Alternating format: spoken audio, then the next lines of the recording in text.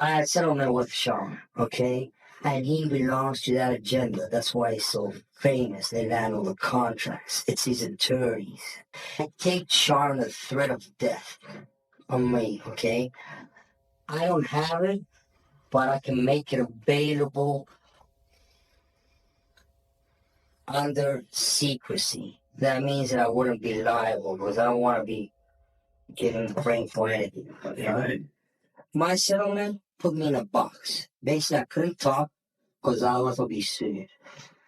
So I let it be, but they've been following me and they've had Mark Garrick has had the FBI on me, has had other other agencies looking at me and spying on me, okay, because they wanted to set me up as an extortionist, like if I was extorting Sean for money.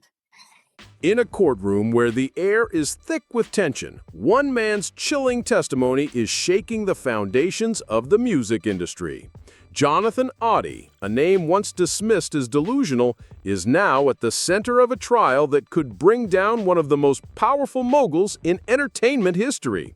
Audi's words cut through the silence like a knife, recounting the unimaginable horrors he endured at the hands of none other than Sean Diddy Combs. Torture chambers, mind control, and a web of abuse that extends far beyond anything Hollywood could ever script. This is not a movie. This is real life. As Audi's testimony unfolds, secrets are exposed that Diddy desperately wants to stay hidden. But here's the twist, there's more to the story. I know a lot of people will be desperate to see the infamous torture tape. Don't worry, I'll be showing it at a random point in this video, but you'll need to watch the whole thing to understand the shocking truth behind it. Jonathan Audi takes the stand. The courtroom fell into an eerie silence as Jonathan Audi took the stand, his eyes fixed on Diddy. For years, Audi's name had been dismissed as the ramblings of a troubled man, but today, his testimony would change everything. Clad in an orange jumpsuit, shackled at the wrists, Audi was far from the chaotic figure the media had once painted him to be. His presence was a stark reminder of the dark secrets he had come to reveal. The tension was palpable as Audi began speaking. His voice trembled, but remained resolute as he delivered a damning statement that would haunt the courtroom. I was his sex slave. With those words, Audi ripped away the glamorous image of Diddy, the powerful mogul, the king of hip-hop, to expose the nightmare lurking behind the public persona. Diddy sat motionless, his face pale, his hands covering his eyes, as if trying to escape the crushing truth Audi was about to lay bare. The courtroom was captivated as Audi recounted the twisted events that unfolded behind closed doors at Diddy's mansion. The torture chambers, where victims were imprisoned, stripped of their autonomy, and tortured under harsh lights and blaring music, were revealed for the first time in public. But this was just the beginning. The shocking details continued, with Audi describing the psychological manipulation, the drugs, and the mind control that Diddy allegedly used to trap him in a cycle of fear and submission. And this wasn't just a one-time event.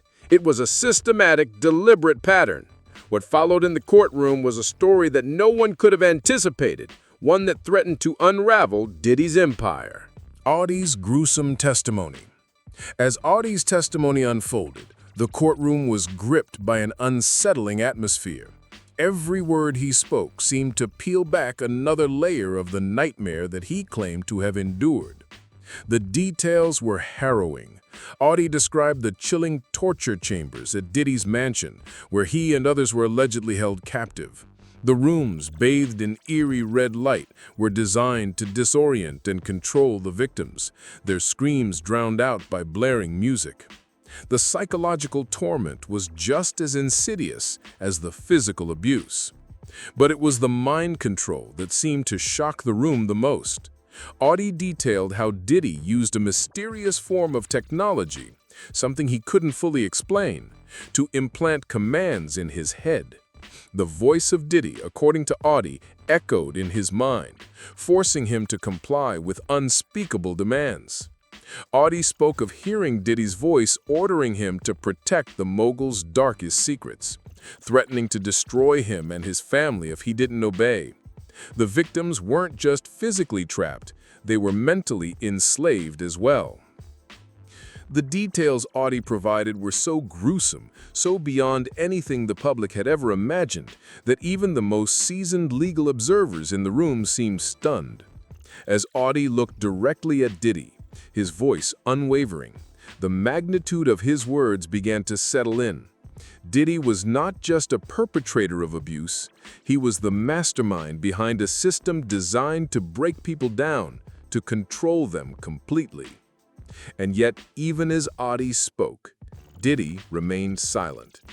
His hands covered his face, his body language betraying the vulnerability that his empire had long shielded from the world. The shockwaves of this testimony were only just beginning to spread. The freak-off parties. As Jonathan Audi's testimony grew more harrowing, he began describing the infamous freak-off parties that Diddy allegedly orchestrated. Gatherings so disturbing they were beyond anything most people could fathom. These were not mere parties, they were spectacles of depravity where power and control were the main attractions. Audi recalled the chilling atmosphere of these events.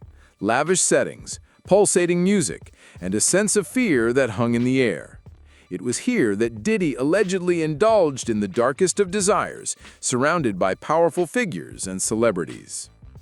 The guest list, Audi claimed, was a who's who of the elite. People he couldn't even recognize, but whose names sent shockwaves through the courtroom. Some of the most powerful names in Hollywood were allegedly in attendance: Tyler Perry, Oprah Winfrey, and Leonardo DiCaprio. These were the names that had once seemed untouchable, but now they were entangled in a narrative of control and manipulation. What made these parties even chilling, Audi testified, was the way Diddy controlled everything. He wasn't just the host, he was the puppet master, using drugs and psychological manipulation to force people into degrading acts. The victims, including Audi, were often drugged and coerced into doing things they couldn't even remember. Young women, some of whom appeared underage, were allegedly forced to drink substances, and baby oil was used not for skin care, but as part of a twisted ritual to enhance sensations. The room grew heavy as Audi's voice trembled, recounting the horrors he witnessed and endured. These weren't isolated incidents, he claimed. They were part of a consistent pattern of abuse, a system. And yet, the most disturbing part of it all was how the victims were silenced. Diddy's reach extended far beyond these events. It controlled lives, destinies, and voices. This was no longer just about wild parties. It was about a network of control and manipulation that stretched deeper than anyone could imagine. The courtroom was now fully aware. This was an organized campaign of terror masked as elite entertainment. Defense's counterattack. As the courtroom absorbed the shocking details of Jonathan Audi's testimony, the defense team sprang into action, launching a fierce counterattack aimed at discrediting their key witness. Diddy's legal team, led by a silver-haired attorney, sought to dismantle Audi's credibility with ruthless precision. The defense's strategy was clear. If they could tear down Audi's character, they could tear apart the entire case. The attorney wasted no time, opening a thick file with Audi's troubled past. "Your Honor," the lawyer began, his voice dripping with disdain, "we are hearing accusations from a man who once stormed the Trump National Doral Hotel, firing shots into the ceiling and shouting incoherent rants about God and the government. Is this the kind of person we should take seriously?" Murmurs rippled through the gallery as the defense painted Audi as unstable, a man whose mental health issues should render his testimony unreliable. Audi, undeterred, looked directly at the jury and responded calmly, his voice steady despite the emotional weight of the accusations. Yes, I was a wreck. I was insane, panicked, lost because of what I endured, he said, his words cutting through the defense's attacks. But that is not evidence against me. It's the consequence of the hell that Mr. Combs and his empire shoved me into. The defense's lawyer's smirk faded as Audi continued, his voice rising with each word. I survived that shooting incident. No one else was hurt. Only I was arrested. But have you ever asked why an ordinary person would snap like that? Audi's words hung in the air, silencing the courtroom. The defense had hoped to turn him into the weakest link, a man desperate for attention, but Audi's conviction made it clear that he wasn't going down without a fight. With that, the prosecution's case was only gaining strength. The defense's efforts to discredit Audi had only fueled his determination to tell the truth. And as the courtroom watched, it became apparent this trial was far from over. Cassie Ventura's testimony in parallel accounts. Just when it seemed like the courtroom couldn't take any more, a new bombshell dropped. Cassie Ventura, Diddy's ex-lover and a woman who had once stood by his side, took the stand. She wasn't just a former partner. She was now a victim, filing her own lawsuit against Diddy for the abuse she had suffered. Her testimony mirrored Audi's in such alarming detail that it couldn't be dismissed as coincidence. The similarities between their accounts were so chilling that they seemed to validate each other, confirming that this was no isolated incident. Cassie's voice was shaky as she recounted her own experiences in Diddy's world. She described secret rooms, nights filled with drugs, and being filmed without her consent. It was clear that the life of luxury Diddy promised her had come at an unimaginable price. She spoke of the psychological manipulation she endured, how she was controlled, humiliated, and threatened into silence. "You belong to me," she recalled hearing Diddy say, a phrase that echoed in both her mind and Audi's. For the first time, Cassie wasn't just a glamorous figure in Diddy's world. She was a woman bravely speaking out against the horrors she had endured.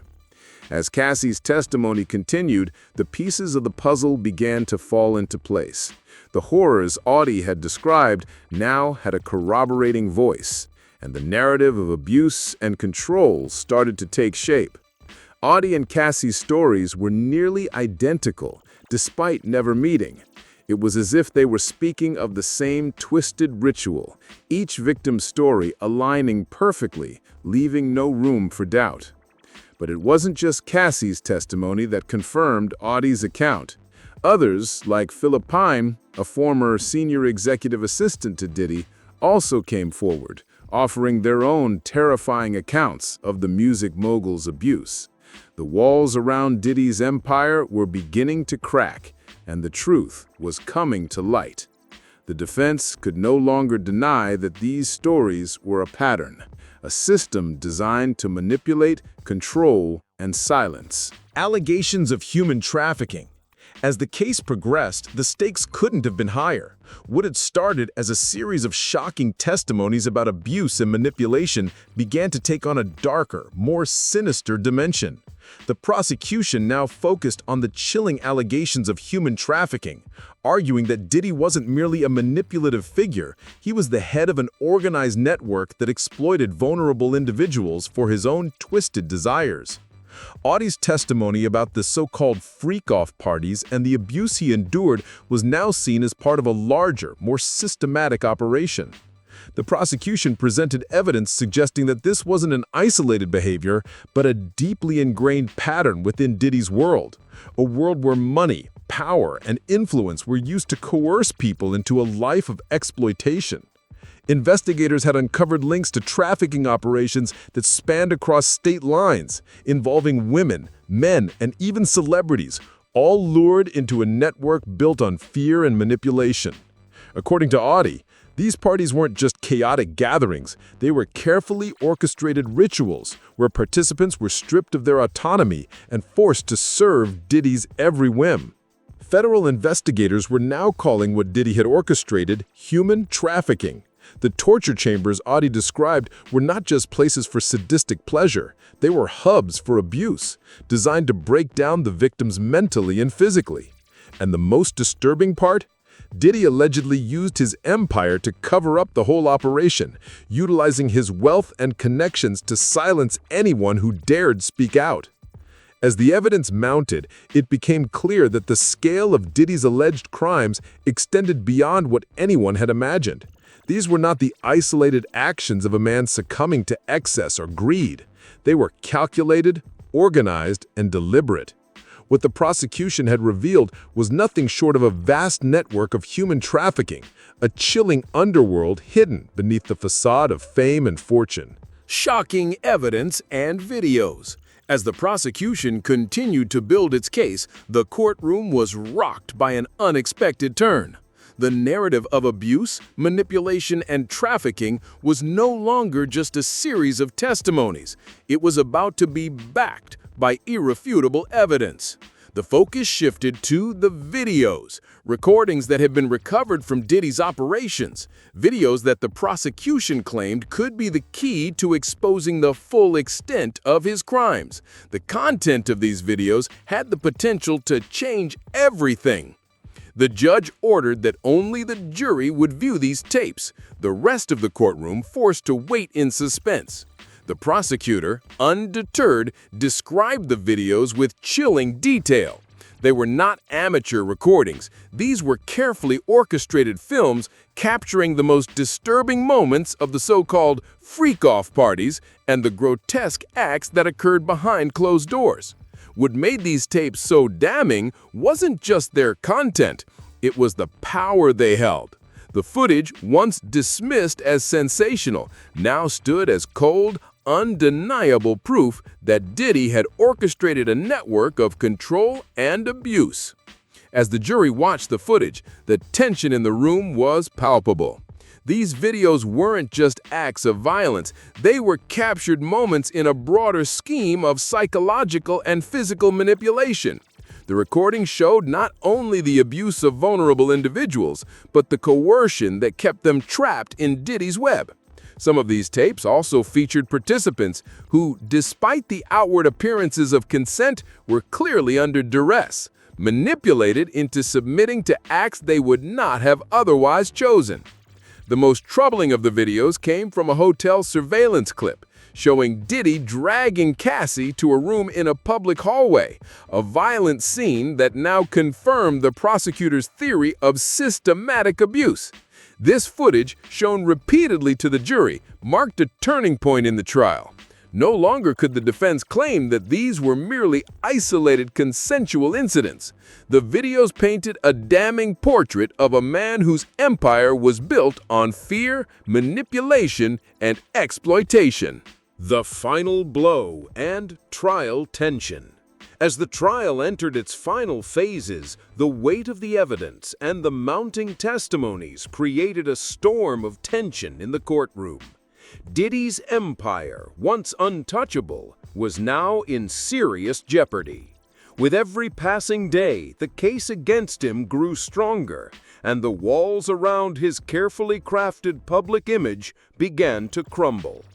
The final blow came when the prosecution, armed with overwhelming evidence, made their closing argument. The defense, however, was still grasping at straws, desperate to turn the tide in Diddy's favor. The courtroom was on edge, and the pressure was mounting on Diddy. For the first time, he appeared vulnerable. His once immaculate facade cracked as the weight of the accusations pressed down on him. Audi's testimony, Cassie's revelations, the damning videos, and the expert witness accounts all painted a horrifying picture of a man who had manipulated, coerced, and trafficked individuals for his own sadistic pleasure. Diddy's defense team, which had spent the entire trial attempting to discredit Audi and others, now found themselves on the defensive. They could no longer dismiss the allegations as lies or delusions. Diddy sat in silence, his usual swagger replaced by a palpable nervousness. His hands, once steady, trembled slightly as he glanced toward his lawyers. There was no denying it now. The case against him was airtight. Even his defense team could no longer pretend that Audi's testimony was anything less than the truth. As the final arguments were made and the jury began its deliberations, the courtroom seemed to hold its breath. The question was no longer if Diddy would be held accountable, but how long his fall of grace would be. For years, he had controlled the narrative in music, fashion, and business. Now, it seemed, the narrative was out of his hands, and the public's eyes were fixed on a courtroom drama that could bring down one of the most powerful figures in the entertainment industry. The fate of Diddy's empire now rested in the hands of the jury. Conclusion. The trial against Sean Diddy Combs has shaken the very foundations of the entertainment industry, revealing a dark, hidden world behind the glitz and glamour. What began as a series of shocking testimonies about abuse and manipulation has now evolved into an intricate tale of control, exploitation, and human trafficking. The testimonies of Jonathan Audi, Cassie Ventura, and others have painted a disturbing picture of a man who used his wealth, power, and influence to manipulate and silence those around him. With damning evidence like videos, testimonies, and financial records linking Diddy to a systematic network of exploitation, the case has reached its boiling point. The once untouchable mogul now stands on the brink of losing everything: his reputation, his empire, and possibly his freedom. The jury now faces a momentous decision. Will they hold Diddy accountable for his actions, or will he continue to evade justice, hiding behind a veil of celebrity and power? One thing is certain: this trial has forever altered the public's perception of the mogul. The question now remains, is justice truly possible when power has controlled the narrative for so long?